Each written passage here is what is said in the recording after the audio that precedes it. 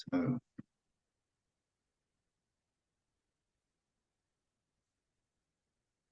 um, good afternoon, everyone. I hope you can all see my screen. Is that clear? Rabi, can you see that okay? Yeah. Brilliant. Yes. Super. So we're coming along today to today's webinar. The main speaker today is Rabi from the University of Birmingham, who will be talking a little bit later on about how early career researchers can help to decarbonise your business. And I can see that there's some people coming into the waiting room, Rabi. If you could let them in, that would be great. My name is Nick King. I'm the marketing manager for the Energy Research Accelerator. Just a little bit about the Energy Research Accelerator. So we are a partnership of 8 universities in the Midlands: Aston, Birmingham, Cranfield, Kiel, Leicester, Loughborough, Nottingham, Warwick, and also the British Geological Survey. For the purpose of the Energy Research Accelerator, we were formed to sort of develop new research facilities in energy, and we have now got about 23 new facilities, world-class facilities, which researchers can use and businesses can use to develop new products and ideas. But probably the great thing about the Energy Research Accelerator is bringing together all the expertise. We've got around about 1,500, 1,400 researchers across the group. We're working in total with about 1,000 companies. And as you can see there, we've got a number of sort of large investments coming from business working with the region. So some of the things that we do, some of the facilities that we've got across the region, so sort of in the top left corner here, that is the Energy Park in Birmingham, which has got the largest hydrogen refueling station in the country, and Birmingham City Council use that to refuel their buses, and also they've got a couple of bin lorries as well. There's also the University of Birmingham's research centre there, the Birmingham Energy Innovation Centre.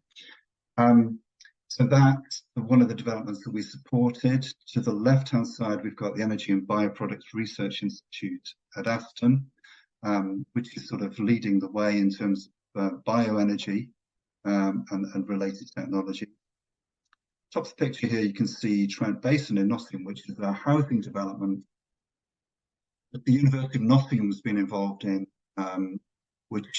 so at the site, people generate their electricity through solar panels and roofs.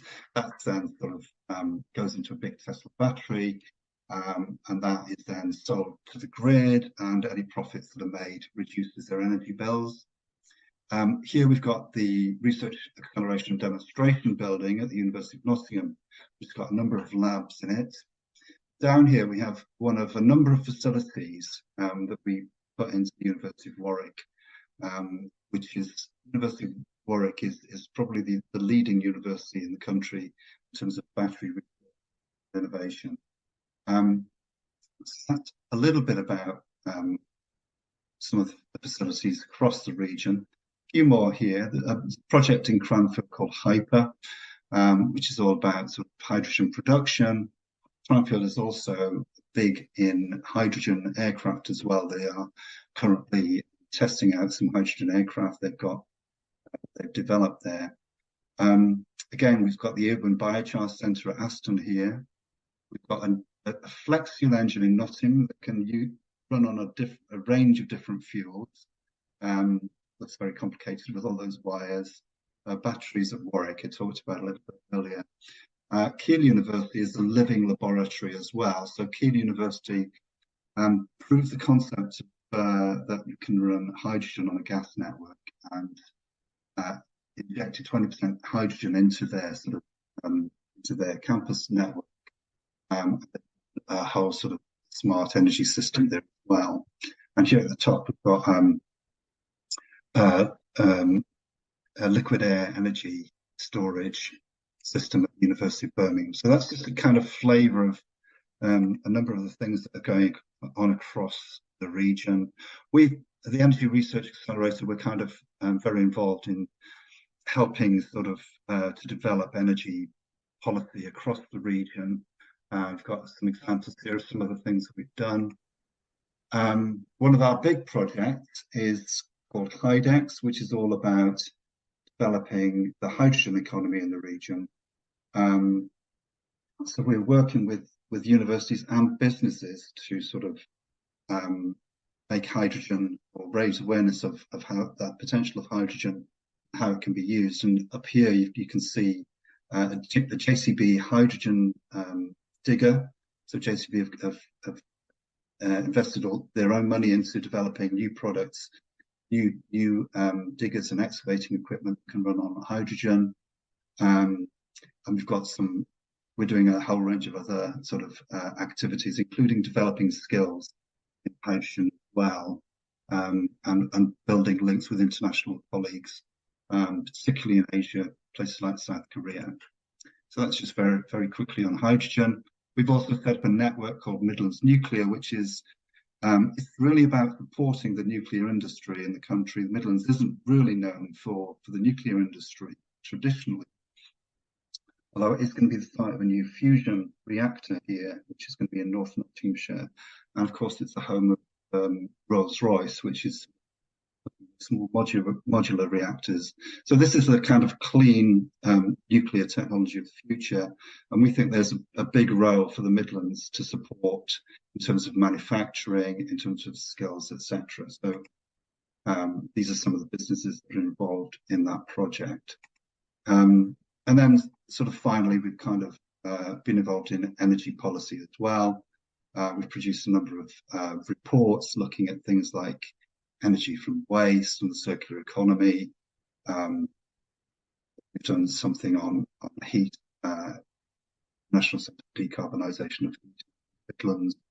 And we're currently working on a policy commission, which is all about looking at a case for public ownership in energy, which you probably know is something that the Labour Party has said that we've brought together experts looking at that. So that's in a nutshell what we're doing in ERA. One last thing, we run this network called the Midlands Green Innovation Network. You can have a look at mgim.co.uk. So if you're a business regionally, but even if you're outside the region, it doesn't matter, because we run a number of events online. We run some in person. We do a whole range of events for business to help them to develop their thinking, help them with things like intellectual property, funding for green innovation. We've done events on how to develop products sustainably. We've got an event coming up this month on how to develop a sustainability action plan. So if you're interested, please come along and take part in the network. So without further ado, I want to hand over to Ravi, who's going to be talking about how early career researchers can help to decarbonise your business. So Ravi, over to you. I'll stop sharing and you can take over. Okay, thank you, Nick. I'll just share in a minute. You should be able to see my screen now in a second. Now? Yep. Brilliant. So my name is Ravi Jibrin. I'm a final year PhD candidate at the University of Birmingham, where I do research about powertrains and rail decarbonization, specifically about hydrogen trains. And I'll be talking to you today about my experience organizing the Birmingham Decarbonization Summer School, which took place this last July.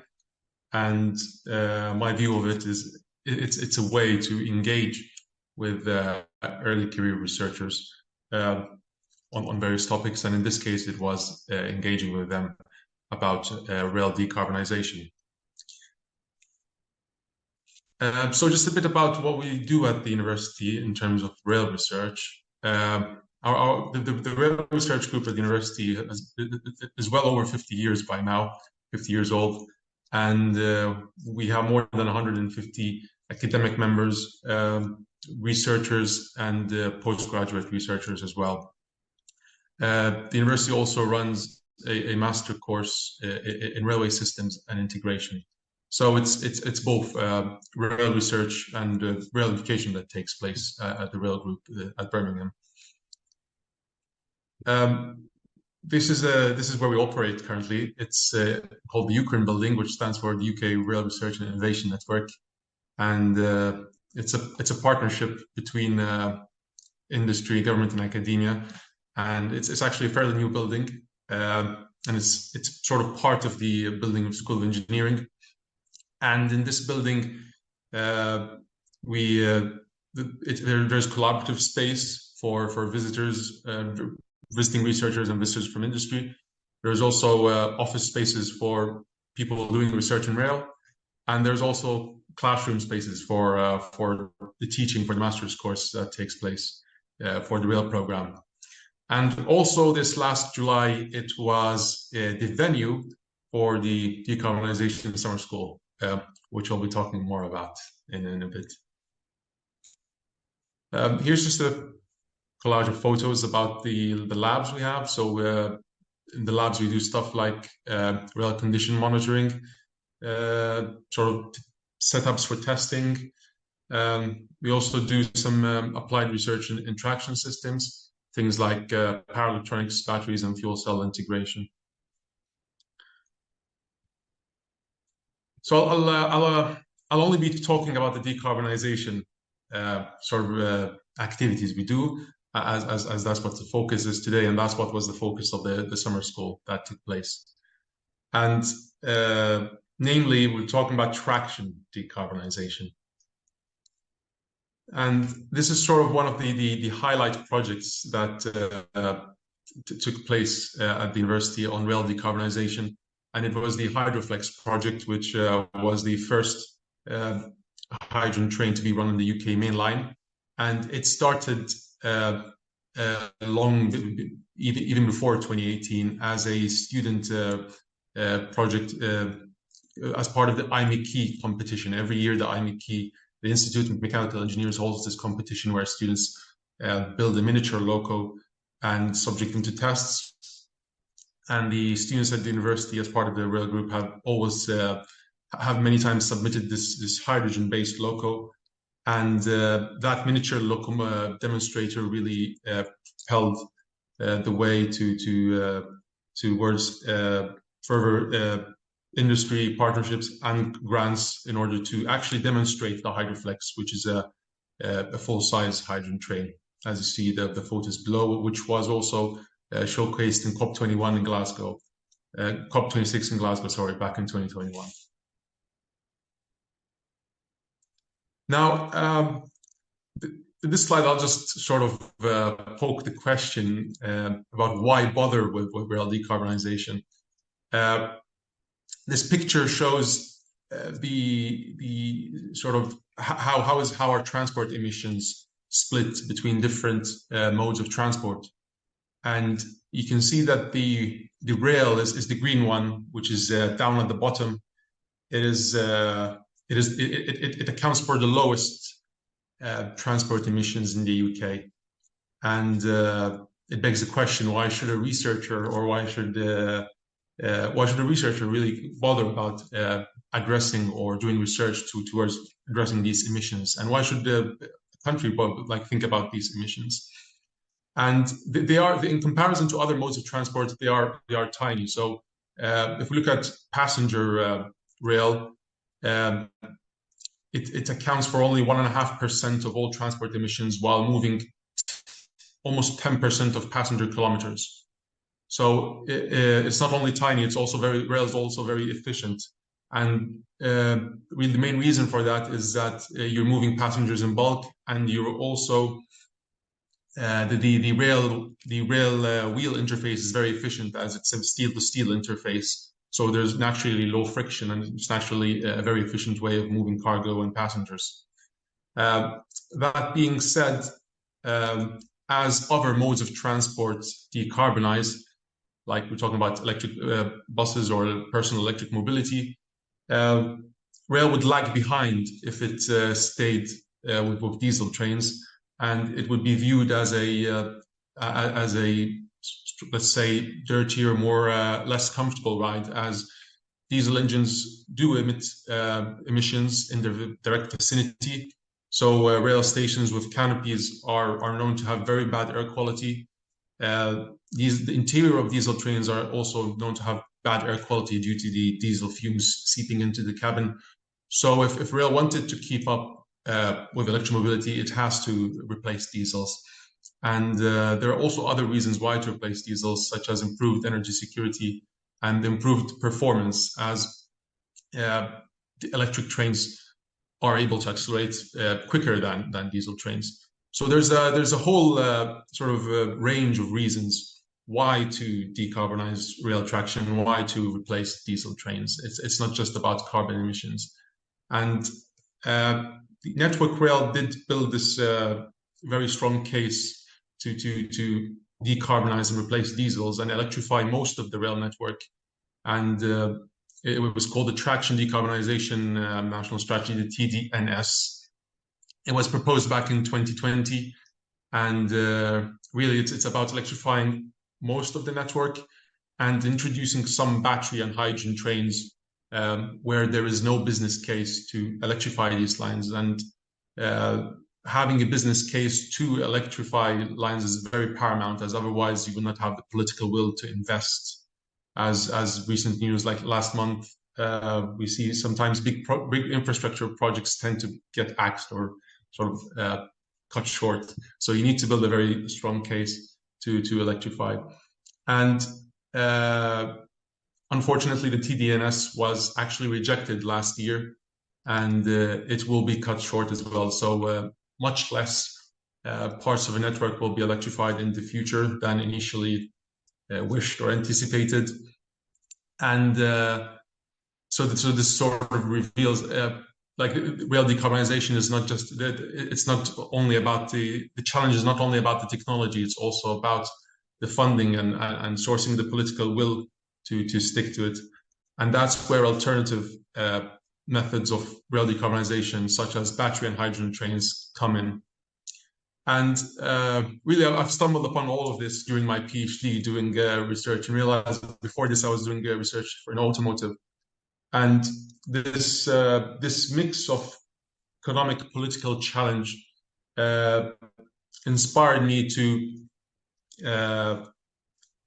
reach out to other early career researchers and introduce them to this problem. And because it's not purely a technical problem, it also involves other aspects. Mainly the business case and the political will. So, and this inspired me to organize this event where other early career researchers, talking about PhDs or postdocs, who are involved in decarbonization but not necessarily involved in rail, to introduce them to this problem. And this brings us to the actual summer school that took place. So it took place in July, last week of July this year, in the Ukraine building. And it was attended by 25 PhD students and postdocs from 11 UK universities. And it lasted for 5 days. And the format was a mix of seminars and a competition. And the seminars aimed to introduce researchers who don't have a background in rail to the railways. And the competition part, which I'll speak a bit about later, was a judged competition, where in the last day their proposals were judged. And it's worth mentioning here that we did survey the attendees who did take part, and I would say out of the 25, 22 of them did not have any background in rail. And it's interesting when we asked them why they came and why they took part, why they want to take part in the summer school. They all answered that they wanted to learn about a new research problem, and they wanted to do basically network with other researchers.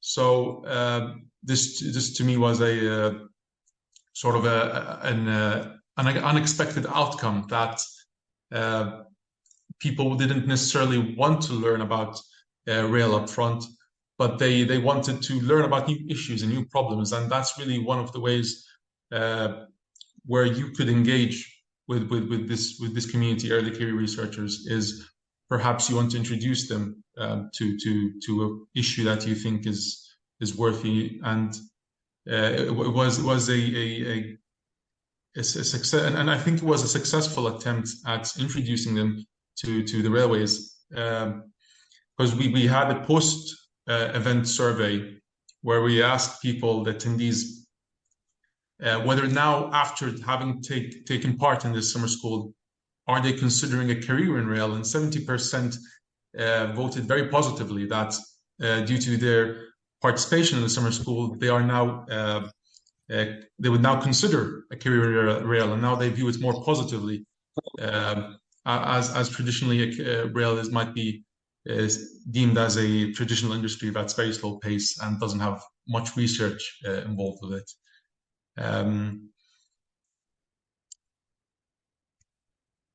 So the summer school was free of charge for attendees, and so the funding was paramount.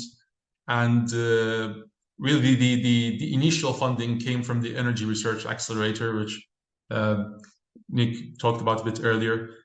They run this thing called the Community Fund, and it's a grant for researchers and PhD students as well to apply for and use the money to organize an event that deals with decarbonization. That's decarbonization centric. And it was the initial funding for the summer school came through the ERA Community Fund, and that was then followed by other sources of funding, such as from CDICE, from the NIH Research Partnership, and from Ricardo, the consultancy Ricardo.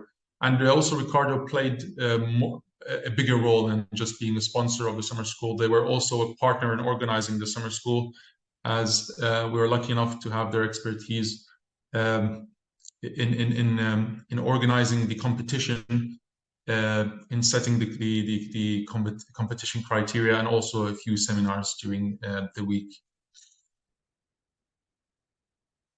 So this is just the list of the seminars we covered during the week. They were covered over 4 days. And then the program was partly seminars and partly team time for people to work on the competition proposals. So the topics ranged from a general introduction of rail decarbonization to industry blueprints from the RSSB, a presentation from an actual train operating company, Freightliner, which operate on the line that the competition deals with. A bit about green projects appraisal, rail timetabling, rail traction. These are important aspects to consider when looking at replacing a diesel train with another greener train. And we also covered other non-technical aspects, such as EDI in research. This was a very popular seminar, as when writing a research proposal, you are often asked, how are you going to look into EDI issues? And it was a very eye-opener seminar. And also another seminar about how to present ideas, which I'll come back in a moment. There was a very, very, very good slides that came out of this one. So the competition was simply asking the attendees, how would you decarbonize the line that runs from Birmingham to Peterborough? This line currently is operated by diesel trains. It's a cross-country line, and also it sees mixed traffic. So it sees passenger traffic and it also sees freight traffic that runs from the port Felixstowe in the southeast, and so the competition was for the attendees to propose a sound technical solution at a preliminary level, because they only had 5 days to look at this, and to also build the business case around it. So how will replacing these diesel trains benefit the communities around this line? And it was presented to a panel of judges on the last day, which is the 5th day. There were 5 teams, 25 people, so there are 5 teams. These are just the cover slides from the 5 teams, and the proposals were mixed. Some of them looked at hydrogen trains, and some of them looked at staged electrification, where parts of the line are electrified in a staged manner.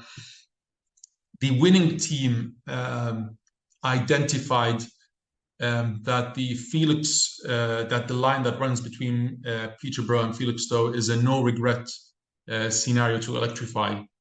So due to the freight traffic, that line is very important to electrify, and that was sort of the basis of their proposal to spend the extra money in electrifying that line. And it really shows that these early career researchers who do very technical things are able to sort of look a bit away from technical aspects and look a bit around the economics and the in this case building a business case. And it was encouraging to see such results, as it shows that one of the outcomes from their side is perhaps they would start looking at building a business case around the research they do. Not all research, some types of fundamental research, some types of research are fundamental, but applied research definitely looking at building a business case around the things you propose is a very effective way of doing it sustainably, really. This was the best slide from the proposals, and it was about electrifying the line, and this is actually a photoshopped screenshot from Trainline. So on the left-hand side, it's just a single screenshot from Trainline when you book the ticket, and it shows you your departure and arrival times from Birmingham to Peterborough, and it shows you that 70% less CO2 than car, and they sort of modified the screenshot and reduced the train journeys, because that's what happens when you electrify the line. Electric trains are quicker, so you reduce the train journey, and they also reduce the CO2 footprint of the trip. So all judges agreed that this was the best slide out of the week, and we had a good chuckle about it, really.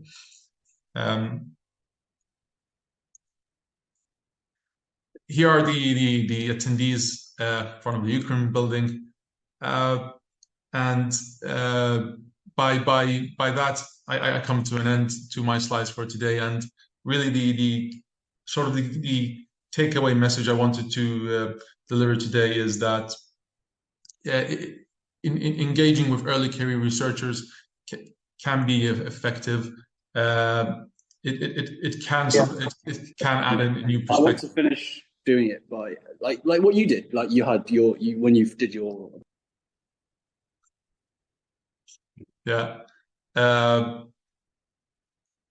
and it's really the unexpected outcome for me was seeing that 70% of them agreed and viewed a career in rail more positively just because of the participation in the summer school. And that was a very unexpected outcome, as rail often has this sort of ancient and backward-looking stigma around it.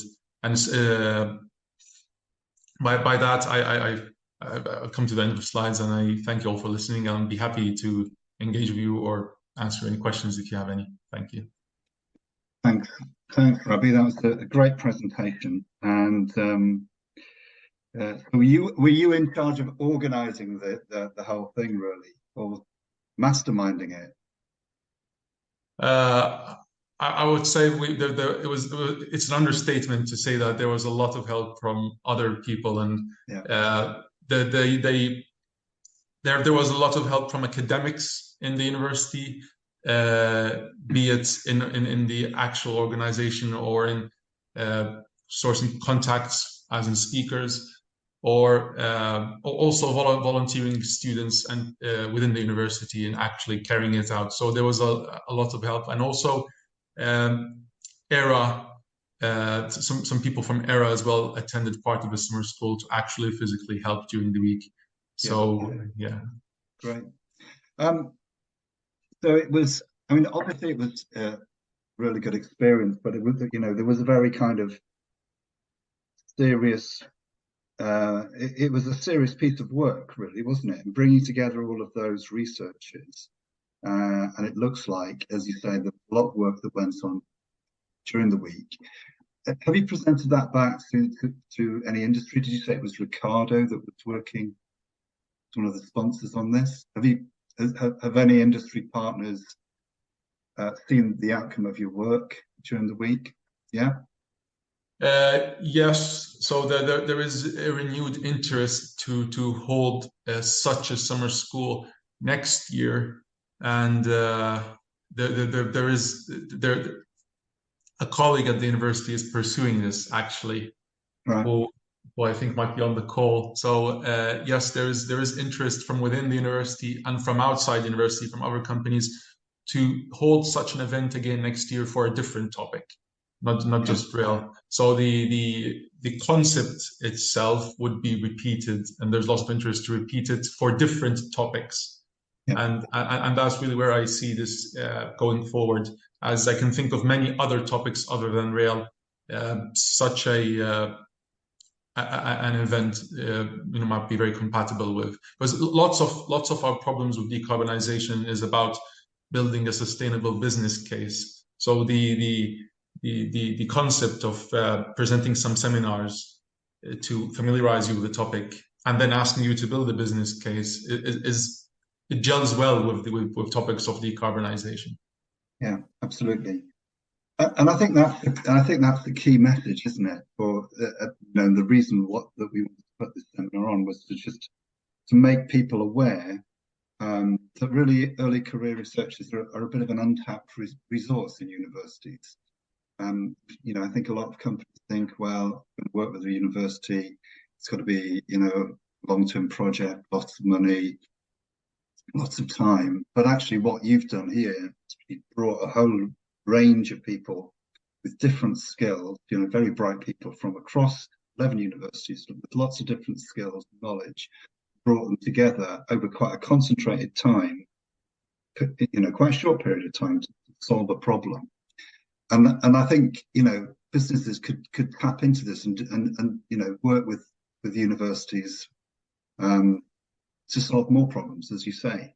And it's relatively, it's a quick and a cheap way of helping to solve a problem, would you say? Yeah. And speaking about a very concentrated window of time, I mean, a well thought of program, I think, is paramount. As in 5 days, you want to make sure that it's not overwhelming. So a social program that accompanies the seminars and the whatever else you do, I think, is paramount, as many of people who would want to attend such an event are actually want to attend it to expand their network, as they're at an early stage of their career. So naturally, they want to do as much networking as possible and to learn about as much avenues as possible.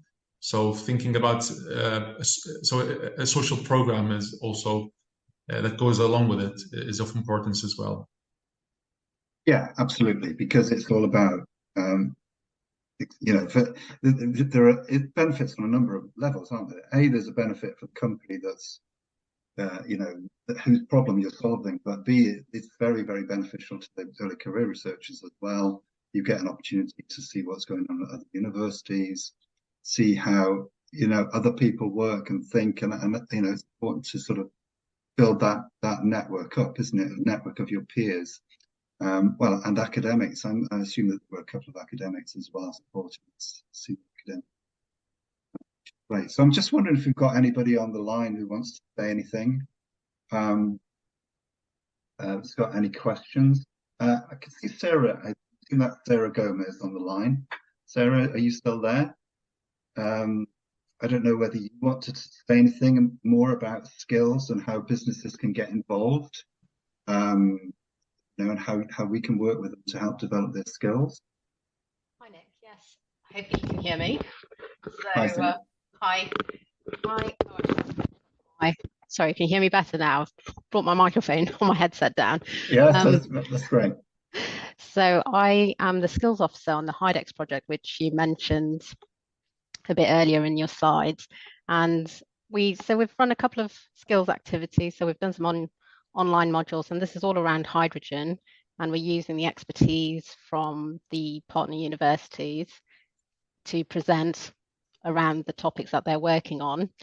And we've had good attendances from businesses. So some of the summer school, it's an idea where we could potentially run something similar for HYDEX. So get the early career researchers or postdocs together in an event and possibly do a similar style where you have seminars or you bring in industry, and then you can either look at exploring any issues or challenges or problems and see how we can get solutions to those. So it's definitely something that I will be thinking about maybe running as part of HYDEX, and specifically around hydrogen. But it is similar to some of the other work that we've done with Seed Ice. So we've had a hydrogen sandpit, and that's based on researchers again within that hydrogen topic or knowledge area. So yeah, it's really, really interesting to see, and I suppose it's about bringing in people with different skills and expertise, and not just researchers around hydrogen, but as Rabi was saying, bringing in different knowledge levels, expertise, and just collaborating and working together, which is interesting. Yeah, absolutely. And and I think it's a very effective approach. And when Rabi was talking about that, it made me think of, I don't know if you've all seen the Imitation Game, which was all about cracking the enigma. And the way they did that was bringing in people who were, good at chess, people who were very fast at doing crosswords, mathematicians, and all kinds of different people. That and it's thinking outside that box, and bringing together lots of different skills, people that will look at problems in a different way in order to solve them. So I think it's a brilliant idea, and I think if there are any companies on the line that are interested, if you've got a problem that you want to researchers to look at, please drop us a line. We'll put our details in the chat, and we can sort of look at these and say, okay, that's a really good problem, and we could organise something around that potentially, some kind of summer school event like this, or maybe something shorter, or. But if you've got a problem that you need to be addressed, then we're very happy to look at that for you, and see how we can potentially approach that. Rabi, is there anything else you want to say? You want to add in terms of things that came out during the week, other learnings? I mean, you mentioned companies who would be interested to do such a thing. I mean, something funny happened towards the end of the summer school. So we were not. So when we sort of partnered with Ricardo to do this event, it was directly with the technical person from Ricardo Rail, and the marketing team at Ricardo were not very aware of what was taking place. And then once they saw the activity on the social media towards the end of the week, they thought this sounds like a good idea, and then they realized, oh, it's actually Ricardo who's doing this. So it was sort of an ironic or funny revelation towards the end of the week that I just thought about when you mentioned other companies doing this. Yeah. No, I think it is a really good way of of addressing problems. As I say, benefits the company, benefits the researchers, and I think it stands in good stead. So have you, just going back to your specific summer school, did you produce the report at the end of it? We did. As I said, we had pre and post surveys for the event, so that did go into a mini report, and I wouldn't say it's a public outreaching report. It's more of a report of outcomes and learnings for us to improve the next summer school, basically, as in what works best on an organizational level and what did the participants enjoy the most, what would they rather see more of, what did they rather see less of. Yeah. So and really the questions about why did they want to participate was really important, and the learning that networking was a priority for them was really important, because once we learned about that early on, the applications were closed in April, so we learned about it well in advance from July. We sort of doubled down on the social program, and it's a sort of self-improvement for the next variant of this next year, hopefully. Right. And Ravi, we've got, and I should have said this, if anybody's got any questions, either raise your hand or put them in the chat. And we do have a question here from Maro. Maro, do you want to sort of come on screen and ask your question? You're welcome to if you wish.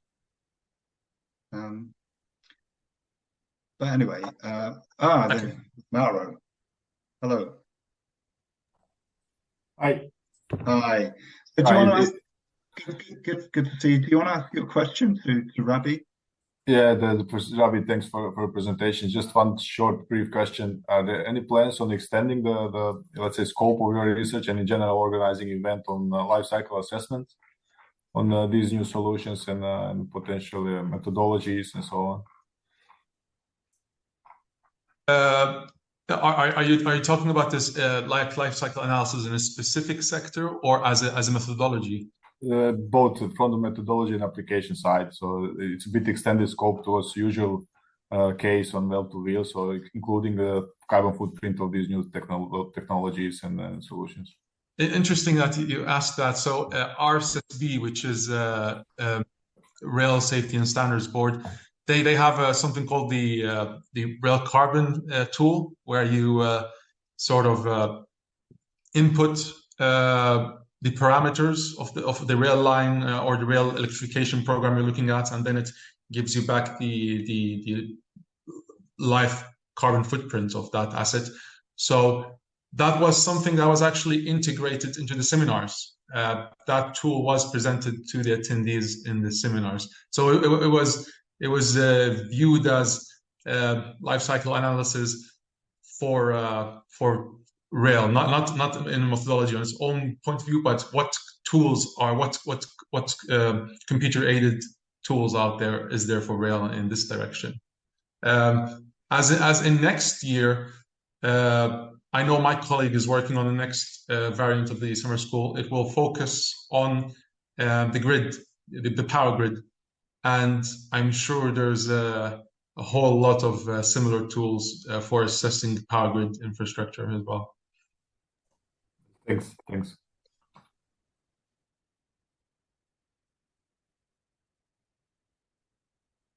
I see there's another question from Sarah. Yeah, he's asking whether the participants of the summer school will continue as a research network for longer term knowledge sharing.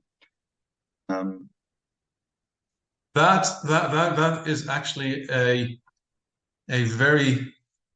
that was an ideal for us, actually, as in what do we do next with the current attendees afterwards? Like, can we forge anything out of it?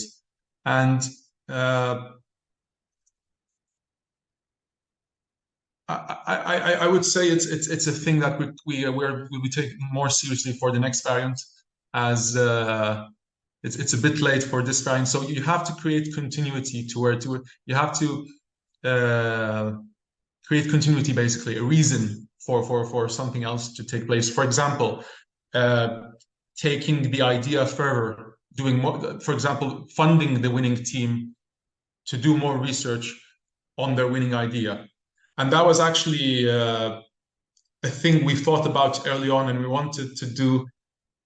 We didn't carry it out because it was the first variant to the summer school, and we were already overwhelmed with getting it right the first time.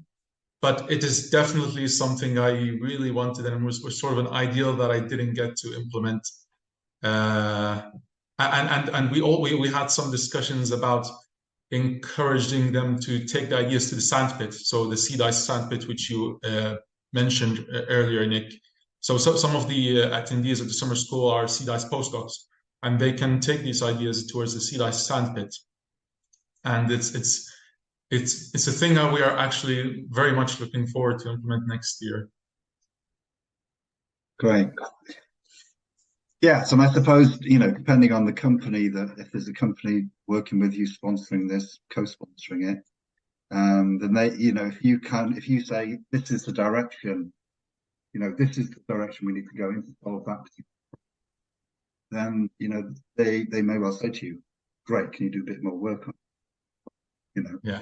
So they've got the option to work with you on it, or they can take it for themselves. But yeah, that's really good. Does anybody else have any other final questions before we wrap up? No? Okay, well, thank you all for coming today. Hope you found that really interesting. I found that really useful. I wasn't able to attend I knew there was something going on in Birmingham, so it's useful. It's useful to know what we think it's the center of the. That's right. But I hope people have found this useful, and it's given them some food for thought in terms of things they can do in their companies. And I know that we've got some people on from universities, so it might give them food for thought about how they can replicate this model.